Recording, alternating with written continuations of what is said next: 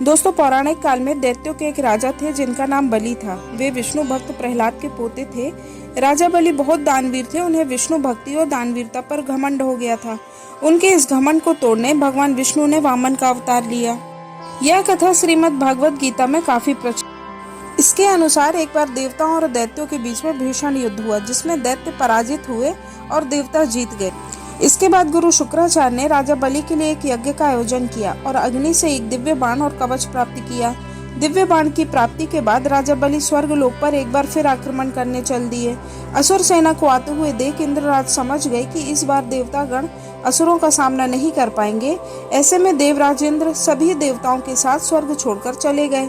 परिणाम स्वरूप स्वर्ग पर राजा बलि का आधिपत्य स्थापित हो गया और दैत्य गुरु शुक्राचार्य ने राजा बलि के स्वर्ग पर अचल राज के लिए अश्वमेध यज्ञ का आयोजन करवाया। देवराज इंद्र को राजा बलि की इच्छा के बारे में पहले से ही ज्ञात था और यह भी पता था कि यदि राजा बलि का यज्ञ पूरा हो गया तो दैत्यों को स्वर्ग से कोई नहीं निकाल सकता।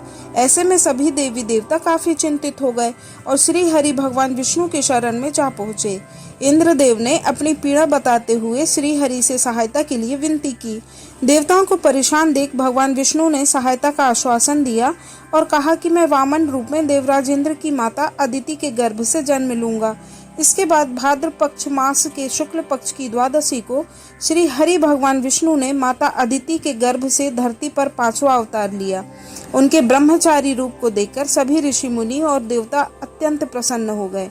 सभी ऋषि मुनियों ने अपना आशीर्वाद दिया और वामन एक बौने ब्राह्मण का वेश धारण कर राजा बलि के पास जा पहुँचे। विष्णु भगवान ने एक बौने ब्राह्मण के रूप में अवतार लिया था, इसलिए इनका नाम वामन पड़ा।